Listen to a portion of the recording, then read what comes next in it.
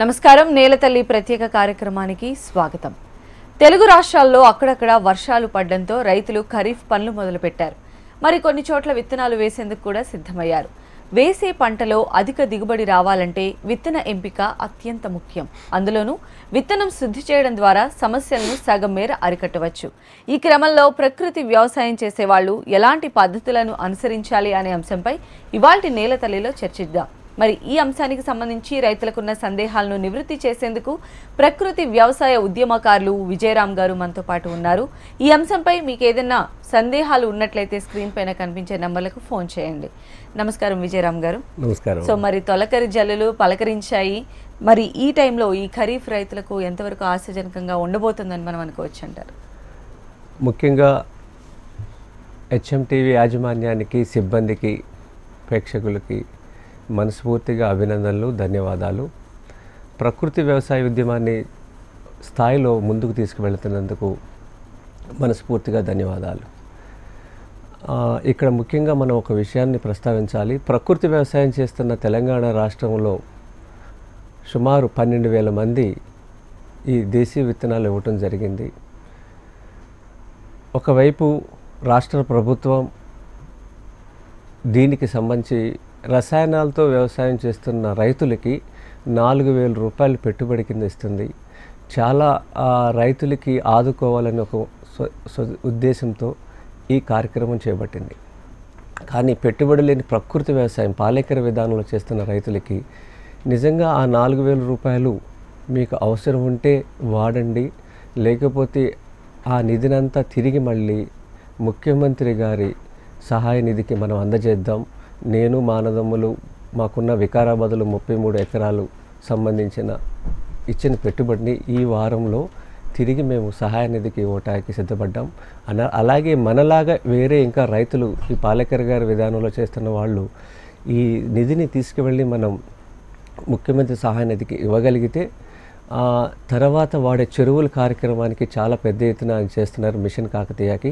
దానికి ఉపయోగపడుద్ది, భూగర్భ జలాలు పెరుగుతాయి. ఇది మనం అందరం కలిసి ఆ పని చేద్దామని మనస్ఫూర్తిగా కోరుకుంటున్నాను. ప్రకృతి వ్యవసాయం చేసే రైతులకి సూచనలు ఏంటని అడిగారమ్మా మీరు. ప్రకృతి వ్యవసాయం చేస్తున్న వాళ్ళు చాలామంది ఈ సంవత్సరం మొదలు పెట్టబోతున్నారు. ఇది మంచి పరిణామం. కాకపోతే కలుపు నివారణకి నిన్న జరిగిన కార్యక్రమంలో కూడా చాలామంది రసాయనాలు, కలుపు మందులు వాడుతున్నారు. ఇది చాలా ప్రమాదకరం.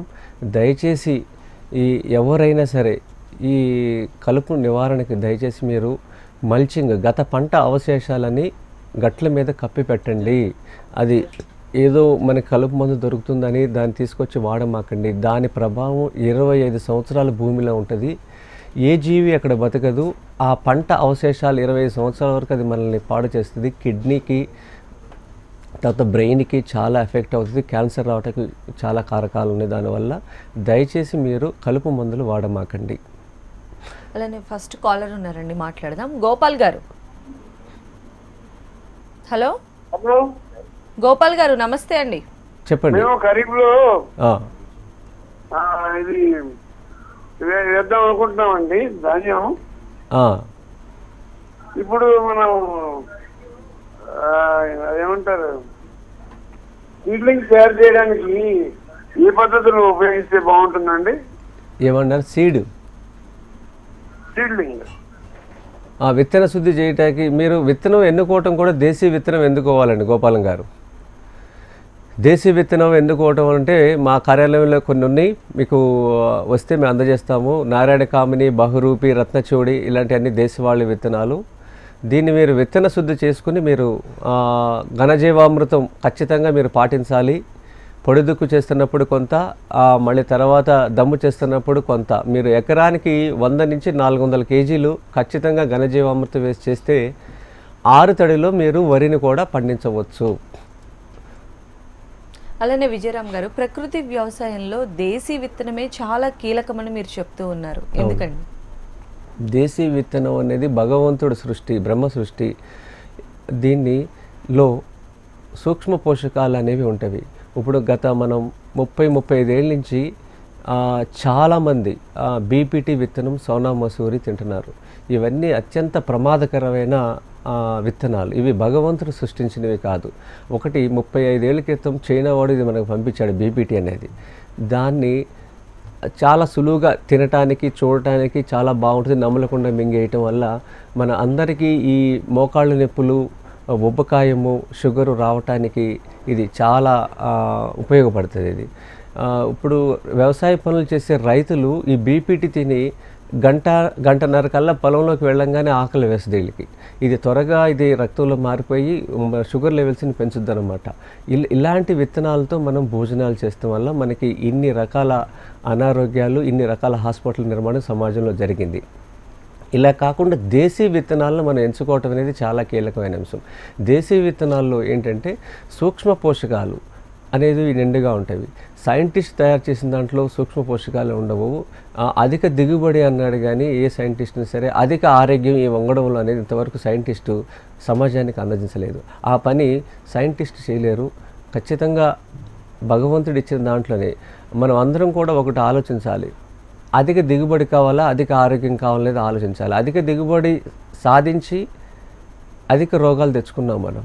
కానీ పెట్టుబడి లేకుండా దేశీయ విత్తనంతో మీకు పాలేకర విధానంలో మొదటిసారి చేస్తే 18 నుంచి 20 బస్తాలు ఖచ్చితంగా వస్తాయి. లాభాల కోసం చూసుకోకుండా ఆరోగ్యం కోసం చూసుకుంటే మనం భవిష్యత్తులో ఇది పెరుగుతూ వెళ్తుంది దిగుబడి అనేది. తప్పకుండా అండి. నెక్స్ట్ లక్ష్మణ్ రెడ్డి గారు ఉన్నారు. లక్ష్మణ్ రెడ్డి గారు. Sir madam. అయ్యా నమస్కారం, చెప్పండి. నమస్కారం సార్, నా పేరు లక్ష్మణ్ రెడ్డి, కరీంనగర్ డిస్ట్రిక్ట్ మాది. అయ్యా చెప్పండి. అయితే నేను గత 2 సంవత్సరాలుగా ప్రకృతి వ్యవసాయం చేస్తున్నాను.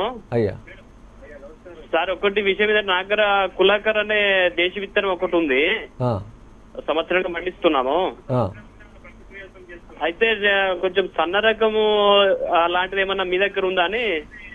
రండి, మీకు పరిమళ సన్న, బాస్బొగ్గు, రత్నచూడి ఇవన్నీ సన్న రకాలు. కులాకార్ చాలా అద్భుతమైందండి, దాన్ని వదలొద్దు. మనం ప్రకృతి వ్యవసాయం చేసే రైతులందరూ కూడా సమాజానికి 3-4 రకాల విత్తనాలు జీవితాంతం మనం అందించాల్సిన బాధ్యతలో ఉన్నాము. దాంట్లో ఇదొకటి నవారా, కులాకార్, ఇంకొకటి మాపిళ్ళే సాంబా, మడుమురంగి. ఈ 4 మనం ఎప్పుడు కూడా చేయాలి. ఇప్పుడు మీ దగ్గర ఉన్న వస్తువు చాలా మంచిది, దాన్ని సాధారణ కాన్పవతాకి ఉపయోగపడుతుంది. కేవలం మహిళలకే కాకుండా ఎవరైనా తినచ్చు, వాళ్ళకి ఎక్కువ ఉపయోగపడుతుంది. డెలివరీ అయిన తర్వాత కూడా కమల పిల్లలు పుడితే ఇద్దరికి సరిపడే పాలు ఆ తల్లి ఆ బియ్యం తింటే అందుతాయి. అందుకని దీన్ని ఒక దివ్య ఔషధము. ఇది ఖచ్చితంగా మీరు కంటిన్యూ చేయండి. ఇంకా సన్న విత్తనాలు ఏమైనా కావాలంటే మీరు రండి, ఇస్తాము. దీన్ని మాత్రం వదలమాకండి, ఇది చాలా విలువైన వస్తువు. అలానే విజయరామ్ గారు, విత్తనం ఎంపికలో కూడా మెళకువలు పాటించాలని మీరు చెప్తూ ఉన్నారు. ఎలాంటి మెళకువలు పాటించాలంటారు? దేశీ విత్తనము ఎంచుకున్నప్పుడు దాంట్లో ఎలాంటి బెరుకులు ఉండకూడదు. కరెక్ట్గా అదే రంగు అదే సైజు ఉన్న విత్తనాన్ని సెలెక్ట్ చేసుకోవాలి. ఆ తర్వాత విత్తనాన్ని ఒక రోజు ముందు ఎండబెట్టి బీజామృతంతో శుద్ధి చేయాలి. బీజామృతం శుద్ధి చేసే ముందు నీళ్ళల్లో వేస్తే మీకు దాంట్లో ఏమైనా తాలు ఉంటే కూడా మీకు వచ్చేస్తుంది. ఈ దేశీ విత్తనం ప్రకృతి వ్యవసాయంతో చేస్తున్నప్పుడు తాలు పర్సెంటేజ్ ఇది 1-2% మించి కూడా ఉండదు. అందుకని మీరు ఒకసారి మళ్ళీ విత్తనం శుద్ధి చేసుకుని ఏదైతే నర్సరీ డెవలప్ చేసుకుంటున్నారో దాంట్లో ఘనజీవామృతి వేసుకుని, బరువు నేలలు, ఇసుక నేలలు 2 రకాలు ఉంటాయి ఎక్కువగా. ఈ విత్తనాన్ని మీరు చాలా పల్చగా వేసుకోవాలి. నారుమడి అనేది ఒత్తుగా వేసుకోకూడదు, చాలా విడంగా వేసుకోవటం వల్ల సాధారణంగా రసాయనాలు చేసే వాళ్ళందరూ కూడా నారు తీసేటప్పుడు ఇలా తీస్తారు. అలా కాకుండా ఒక మొక్కనే వచ్చేటట్టుగా తీసుకుంటాకి అంత వీలుగా ఉండేటట్టుగా విత్తనాన్ని చాలా పల్చగా వేసుకోవాలి. ఇది 300 నుంచి 400 గ్రాముల విత్తనం సరిపోద్ది 1 ఎకరానికి. మేము 1/2 kg విత్తనం వేస్తున్నాము. ఒకవేళ బరువు నేలలో ఉంటే వేరు మీకు వ్యవస్థ తీయటానికి కష్టంగా ఉంటే దాంట్లో కాల్చిన మన ఒడ్లు పొట్టు కాల్చిన మసి ఏదైతే ఉందో బూడిద కానీ అది ఘనజీవామృతం కలిపి మీరు దున్నిన తర్వాత ఈ విత్తనాన్ని చల్లుకోండి. వేరు ఎక్కడా కూడా తెగిపోకుండా జాగ్రత్తగా తీయటానికి సులువుగా వస్తుంది అన్నమాట. ఇది 14 రోజుల నుంచి 18 రోజుల లోపే మనం విత్తనాన్ని నాటుకోవాల్సిన అవసరం ఉంది. ఈ ప్రకృతి వ్యవసాయంలో మొక్కకి దూరం 1.5 నుంచి 2 అడుగుల దూరం కూడా పెట్టండి. మీకు ఇలా పెడితే వల్ల 80 నుంచి 112 పిలకలు ఒక మొక్క ద్వారా మీకు అందుతాయి. ప్రతి పిలక నుంచి కంకి ఏర్పడుతుంది.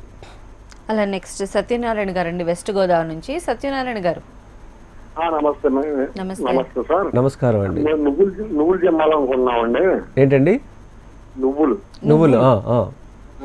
ఎప్పుడు ఏ టైంలో జమ్మాలంటారా? నువ్వులు ఇప్పుడు వద్దండి, వర్షాలు ఎక్కువ పడతాయి కదా. మీరు ఏం చేస్తారంటే నువ్వులు రెండో పంట కింద వేసుకోండి. ఇప్పుడు ఈ ఖరీఫ్ అయిపోయిన తర్వాత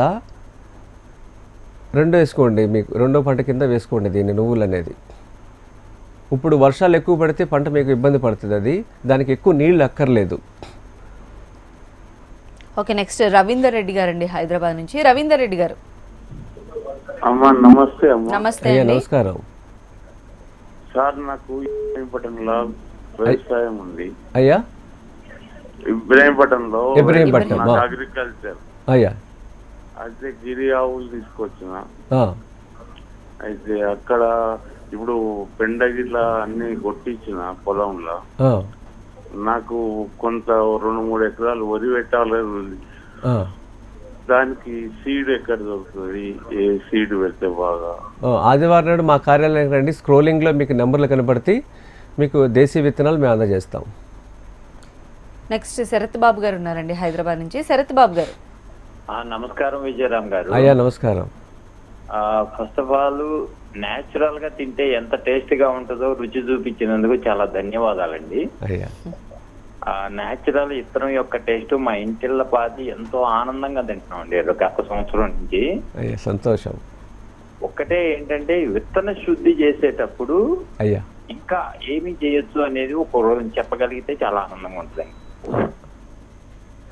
బీజామృతం అనేది పాలేకర్ గారు చెప్పిన దాన్ని మనం విత్తనాన్ని తూకం పోస్తున్నప్పుడు, నారు పోస్తున్నప్పుడు మీరు విత్తన శుద్ధి చేయాలి ఖచ్చితంగా. అలాగే 14 నుంచి 18 రోజుల్లో ఇది మనం నాటుకుంటే మంచిది. అప్పుడు చాలా 3 అంగుళాల లోపే ఉంటుంది విత్తనం మొక్క. కొత్త పిల్లక కొత్త వేరు వస్తే సమయం అన్నమాట, ఆ టైంలో నాటుకోవాలి. మళ్ళీ మీరు నాటే ముందు కూడా బీజామృతం రెడీ చేసుకుని మళ్ళీ ఒకసారి అద్ది మళ్ళీ మీరు నాటుకుంటే తెగుళ్ళు ఏమి రాకుండా మీకు మంచి దిగుబడి రావడానికి అవకాశం ఉంది. నెక్స్ట్ సోమశేఖర్ గారు ఉన్నారండి. సోమశేఖర్ గారు మేడం నమస్తే. మేడం నమస్తే అండి. విజయరామ్ గారితో అయ్యా మాట్లాడండి. నమస్కారం, చెప్పండి. సార్, హార్టికల్చర్ క్రాప్స్ లో ఇలా ప్రకృతి వ్యవసాయం చేయడానికి కుదరదు సార్? అయ్యా ధన్యవాదం. హార్టికల్చర్ హార్టికల్చర్లో మీరు చేయొచ్చు, చాలా అవసరం ఇది. 5 లేయర్ మోడల్ చాలా మంచిది ఇది. ఈ క్రమంలో చాలామంది పాలేకర్ గారు వ్యవసాయం చేస్తున్న వాళ్ళు ఆల్రెడీ ఉన్న ఏదైతే ఉద్యాన పంటలు ఉన్నాయో దాన్ని ప్రకృతి వ్యవసాయంలోకి మార్చారు. కానీ మొదటి నుంచి ప్రకృతి వ్యవసాయం 5 లేయర్ మోడల్ చేసేవాళ్ళు చాలా తక్కువ మంది ఉన్నారు. మీరు కానీ ఇది మొదలు పెడితే చాలా మంచిది. 36x36 అనేది ఒకటి రూపకల్పన చేశారు పాలేకర్ గారు, ఆ పద్ధతిలో మీరు చేయండి. ఇలా సిద్దిపేటలో ఎల్లారెడ్డి గారు కొంత చేశారు దాని మీద. అలాగే కరీంనగర్లో రవీందర్ గారు అని ఆయన చేశారు. వాళ్ళ పొలాలు కూడా మీరు ఒకసారి వెళ్ళి ఆ తోటలు చూసి వస్తే మీకు ఆ నమూనా అంతా అర్థమవుతుంది.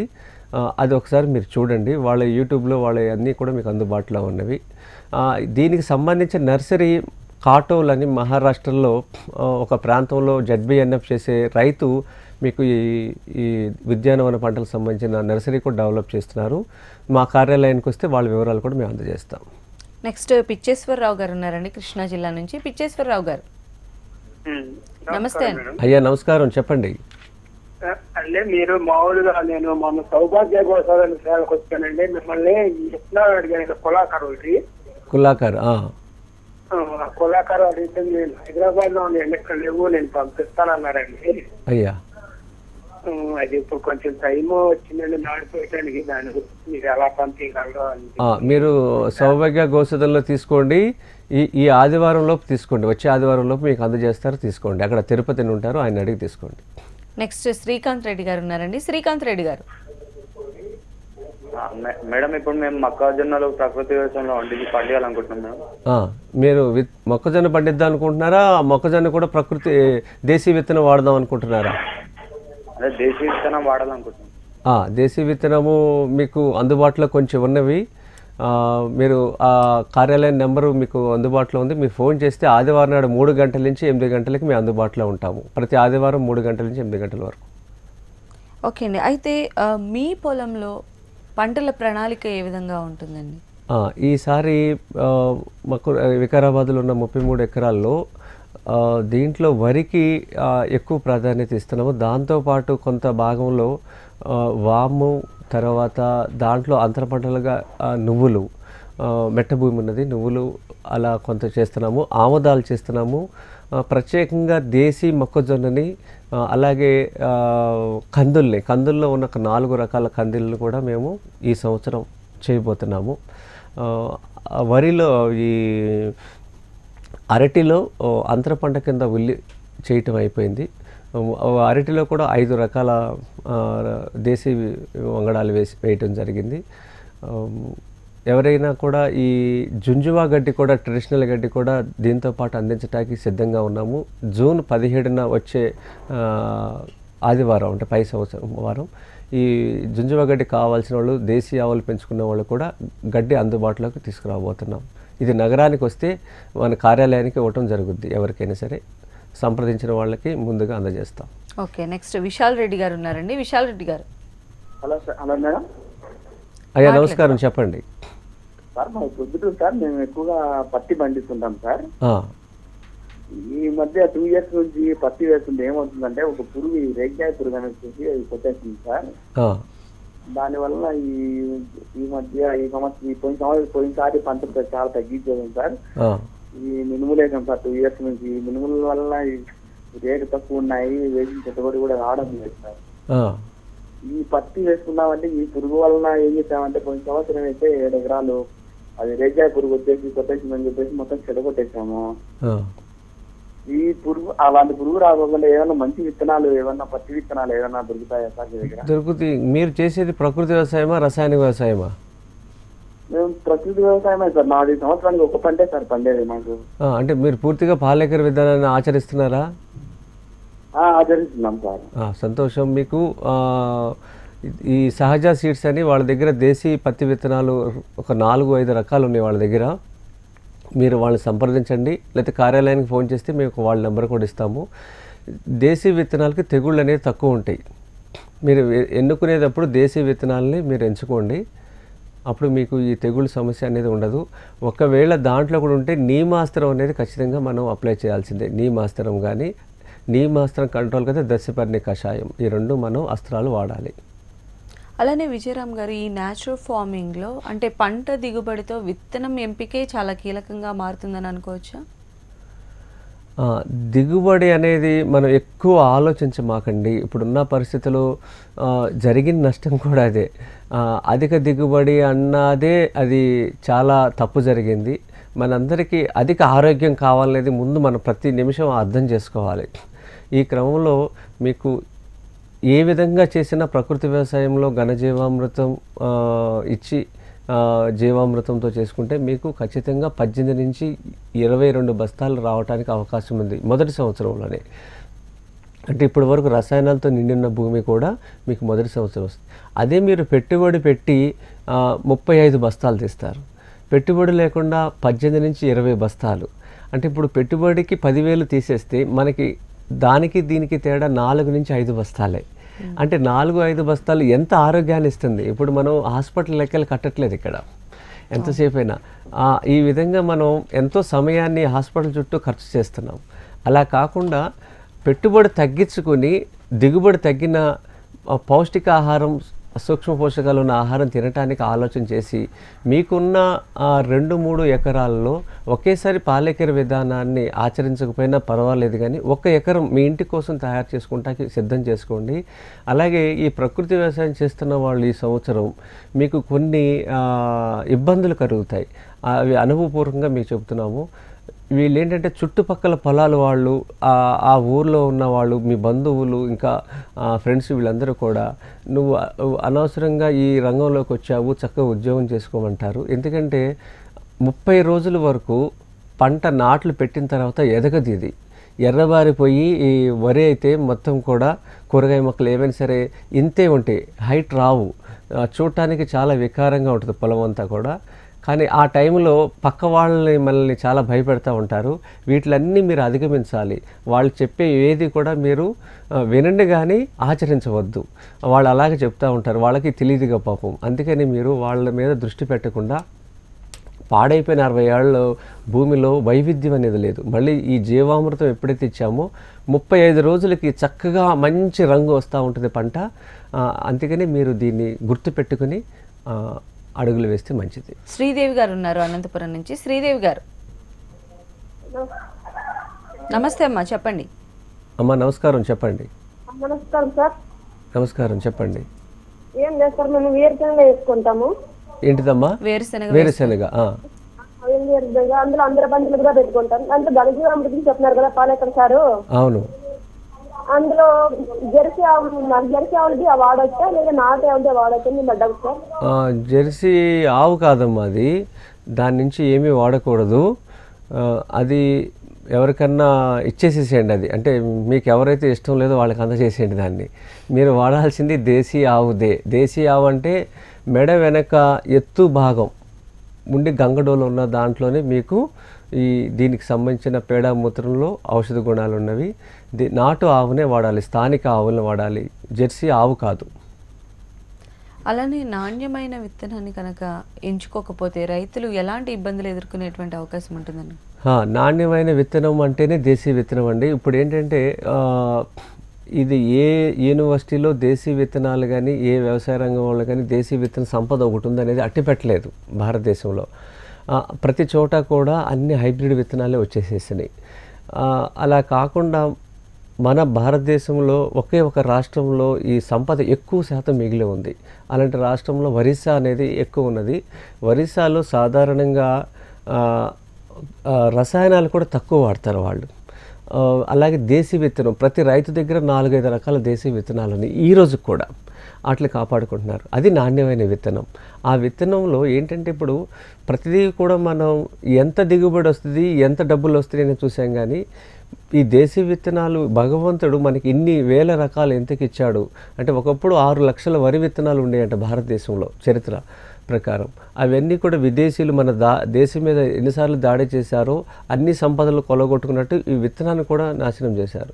ఇంకా భారతదేశంలో ఒక వరిలోనే 5,000 రకాలు బతికే ఉన్నాయి. ఇవి ఏంటంటే ఈ విత్తనంలో మన శరీరంలో పుట్టిన దగ్గర నుంచి బాబు కానీ పాప కానీ ఆ వయసులో ఎలాంటి మార్పులు, యుక్త వయసు వస్తారు, యుక్త వయసుతో పెళ్ళి అవుతుంది, తర్వాత తల్లి అవుతారు, తాత అవుతారు. ఆ శరీరంలో వచ్చే మార్పులు తగ్గట్టు అలాంటి విత్తనం తినడానికి భగవంతుడు ఒక రూపకల్పన చేశాడు. మనం అవన్నీ కాకుండా అన్నప్రసన్న దగ్గర నుంచి అమ్మమ్మ వరకు ఒకే రకం బీపీటీ కానీ సోనా మసూరి కానీ తింటున్నాం. ఈ రెండు కూడా ప్రకృతిలో లేని వస్తువులు. అలా కాకుండా దేశీ విత్తనంతోనే సేద్యం చేయటం అనేది మనం ఆహారంగా తీసుకుంటే చాలా ఆరోగ్యంగా, చాలా భూమి మనము రెండు కూడా ఆరోగ్యంగా, మానసికంగా, శారీరకంగా చాలా దృఢంగా ఉండగలుగుతాం. అండ్ నవ్వేడేస్ మనకి ఏంటంటే గ్లోబల్ వార్మింగ్ కూడా ఎక్కువైపోయింది. మొత్తం ఎక్కడ చూసినా కూడా కాంక్రీట్ జంగిల్గా మారిపోయింది. అంటే ఇప్పుడిప్పుడు బయటికి వస్తూ ఉన్నారు, అంటే కొంచెం అంతా కూడా గ్రీనరీ చేసుకోవాలి అని చెప్పి. కానీ ఆ రకమైనటువంటి అవేర్నెస్ ఇంకా రాలేదు. బట్ మన ఈ కార్యక్రమం ద్వారా అలాంటి అవేర్నెస్ రావాలని చెప్పి మనస్ఫూర్తిగా కోరుకుందామండి. అండ్ మీరు ఒక ఎగ్జాంపుల్ చూపించారు. ఒక కంపెనీకి సంబంధించిన వాళ్ళ దగ్గర ప్రోడక్ట్ కొన్న తర్వాత వాళ్ళు ఏంటంటే ఒక కాంప్లిమెంటరీ గిఫ్ట్ లాగా అందచేయడం జరిగిందండి ఈ బ్యాగ్. దీనిలో 30 వేప చెట్టుకి సంబంధించినటువంటి విత్తనాలను కూడా వాళ్ళు ప్రొవైడ్ చేస్తున్నారు. సో అంటే మన భవిష్యత్ తరాలకు మనం ఒక అద్భుతమైనటువంటి వాతావరణాన్ని కల్పించాలి. ఇప్పుడు మనం ఏదైతే కోల్పోబోతున్నామో, ఆల్మోస్ట్ సగం కోల్పోయామో, అలాంటిది మన భవిష్యత్ తరాలకు మనము ఒక అద్భుతమైనటువంటి జీవితంతో పాటు ఒక అందమైనటువంటి ప్రకృతిని కూడా ఇవ్వాలి అనేటువంటి దృఢ సంకల్పం ప్రతి ఒక్కరిలో కూడా రావాలని కోరుకుంటున్నాం. ఇక నుంచి బాగా కాస్ట్లీ గిఫ్ట్ కాదు, ఎంతో కాస్ట్లీ ఎన్విరాన్మెంట్ని ఇవ్వాలని చెప్పి HMTV కూడా పిలుపునిస్తోంది. విజయరామ్ గారు, ఒక ఫైనల్ వర్డ్గా, ఒక చిన్న మాటగా మీరేం చెప్తారండి? ఇది మంచి శుభపరిణామం అండి. ఒక కంపెనీకి సంబంధించి విత్తనాలు వస్తున్నారు. మీరు వ్యక్తిగత స్థాయిలో మీరు ఏ శుభకార్యానికి వెళ్ళినా సరే, మీ ఇంట్లో ఏ ఫంక్షన్ జరిగినా ఒక మొక్కని నాటి అది చెట్టు అయ్యేటట్టు వాళ్ళ దగ్గర మీరు ఒక ప్రతిజ్ఞ తీసుకోండి. తీసుకుంటేనే మన భవిష్యత్ తరాలకి ఈ సంపదని పదలంగా అందించిన వాళ్ళు అవుతాం. థ్యాంక్ యూ సో మచ్ అండి విజయరామ్ గారు. ఇది ఇవాల్టి నేల తల్లి ప్రత్యేక కార్యక్రమం. నమస్తే.